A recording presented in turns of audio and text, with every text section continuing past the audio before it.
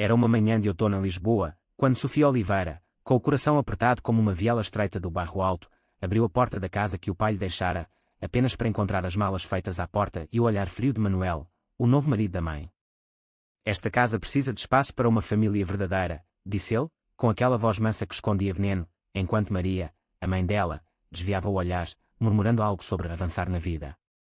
Sofia sentiu o mundo desabar, como se as azulejos centenárias da fachada se partissem uma a uma. Aquela casa não era só tijolos e madeira, era o legado de António Oliveira, o pai que a criara entre serras e martelos, restaurando casas antigas com as mãos calejadas, ensinando-lhe que uma casa com bons ossos resiste a tudo, como o povo português resiste às marés. Mas agora, expulsa como uma intrusa, Sofia engoliu o choro e saiu, carregando apenas uma caixa de memórias e uma raiva que queimava devagar, como um fogo lento num lar de lenha. Os dias seguintes foram um tormento silencioso. Sofia, aos 34 anos, trabalhava como engenheira de software numa empresa de tecnologia no Parque das Nações, resolvendo códigos complexos que pareciam simples comparados ao emaranhado de emoções que a sufocava. O pai, António, fora um mestre artesão em restaurações históricas, dono de uma pequena empresa que revivia mansões do século XIX em Sintra e Lisboa. O património não se vende, preserva-se, dizia ele, enquanto lixava uma porta antiga à luz do sol poente. A casa em Alfama, que ele comprara em ruínas nos anos 80 e restaurara com amor, era o seu orgulho, vigas de castanheiro expostas, azulejos pintados à mão, um jardim de laranjeiras que cheirava a fado melancólico. Sofia crescera ali, aprendendo a valorizar o passado, mesmo após o divórcio dos pais quando tinha 7 anos. Os fins de semana com o pai eram mágicos, misturando tintas históricas, escutando histórias de fantasmas em casas velhas, sentindo o peso de um cinzel na mão. Isto é a nossa raiz, Sofia. Como o Tejo que nunca seca, repetia ele. Mas a morte súbita do pai, um infarto enquanto trabalhava na oficina anexa, deixaram um vazio que ecoava como um sino rachado.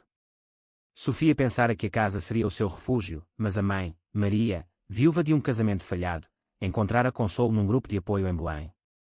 Foi lá que conheceu Manuel Rodrigues, um vendedor reformado de equipamentos médicos, com o seu charme ensaiado e olhos que calculavam tudo. Perdi a minha mulher há 2 anos, contara ele a Sofia no primeiro jantar, com uma emoção que parecia genuína. O seguro ajudou, mas o vazio. O vazio é como o oceano sem ondas. Sofia quisera acreditar, pela felicidade da mãe aos 61 anos, mas algo nele rangia falso, como uma porta mal oleada. Manuel falava da casa com avidez disfarçada, em Lisboa, com o mercado imobiliário a ferver, esta pérola deve valer uma fortuna. Mas é legado familiar, claro. Os filhos dele apareceram logo, João, 29 anos, sempre entre empregos, como um fadista sem guitarra, e Ana, 27, que se dizia influenciadora nas redes, postando fotos de praias algarvias mas acumulando dívidas como areia. O noivado veio rápido, como uma rajada de vento norte. Em véspera de Natal, Manuel ajoelhou-se com um anel que cheirava à herança alheia, e Maria aceitou, os olhos brilhando. Queremos viver na casa do teu pai, Sofia. Para sermos uma família, disse a mãe no ano novo, com culpa no tom. Sofia resistiu, mas o apelo emocional venceu. A tua mãe merece um lar decente, não um apartamento apertado como uma cela. Concordou, contra o instinto que gritava como um galo ao amanhecer. Só para viverem, como família, repetiu ela, ignorando o brilho calculista nos olhos de Manuel. Mas o que começou como uma invasão sutil transformou-se num saque. Primeiro, os tacos de golfe de Manuel na oficina do pai. Depois, o equipamento de ginásio de João ocupou o canto onde António guardava ferramentas antigas. Só temporário, garantiu Manuel, com um sorriso oleoso. Mas o temporário endureceu como cimento mal misturado. Em 3 meses, a oficina, santuário de António, onde ele morrera rodeado de serradura, virara um ginásio fedorento, com o banco de trabalho coberto de cheques proteicos. Estava a apodrecer aqui, Sofia. Para que um altar ao passado, riu João, quando ela o confrontou. Ana reclamou o estúdio do pai para o seu estúdio de conteúdo, pintando uma parede de rosa-choque sobre os painéis de madeira restaurados. É só tinta, relaxa. Não derrubei nada, disse ela, com desdém. Sofia sentiu a traição como uma faca nas costelas, aqueles painéis, que o pai lixara durante semanas, agora profanados. Depois veio a venda. Sofia chegou um domingo e viu Manuela carregar ferramentas vintage para o carro. Vendi online. O dinheiro vai para a remodelação, explicou casualmente. Que remodelação? Vamos modernizar, conceito aberto, muito in. Ferramentas centenárias, cinzés forjados à mão, serras que o avô de António lhe dera, tudo vendido como lixo. Maria mudara também, e quando as frases de Manuel, a vida é para frente, Sofia. O passado pesa como chumbo. Mas Sofia via a influência dele, como uma sombra sobre o sol lisboeta. A traição final veio numa quinta à noite. Sofia entrou e encontrou-os na sala, com plantas arquitetónicas espalhadas. Paredes derrubadas, cozinha destruída, soalhos originais trocados por laminado barato. Precisamos do teu quarto, Sofia. O principal, para nós, disse Manuel, sem rodeios. És adulta, tens o teu apartamento. O quarto dela desde criança, com vista para o Tejo. Doce, estás com 34 anos. Não precisas de um quarto de infância, murmurou Maria, evitando os olhos. Para quê? Para as coisas da Ana. Ela muda-se para cá permanentemente. Sofia sentiu a raiva borbulhar. Esqueceram de quem é esta casa. Manuel endureceu. A tua mãe tem direitos morais. Somos família agora. Aceita-e para de te agarrar ao passado como uma velha saudosa. Sofia saiu com uma caixa e um furor que crescia como uma tempestade atlântica. Eles pensavam que tinham vencido, que a filha, fraca, cederia. Mas ignoravam o segredo que António lhe deixara. No escritório de advocacia encheado, o amigo do pai, Tomás Ferreira, sorriu ao ouvi-la. António previu isto, Sofia. Viu a possibilidade. Os documentos revelaram, a casa era dela por inteiro, transferida em silêncio após o divórcio, sem direitos para Maria. E mais, um fundo fiduciário de 1,2 milhões de euros, de vendas da empresa, investimentos, seguro, só acessível a Sofia para preservar a propriedade.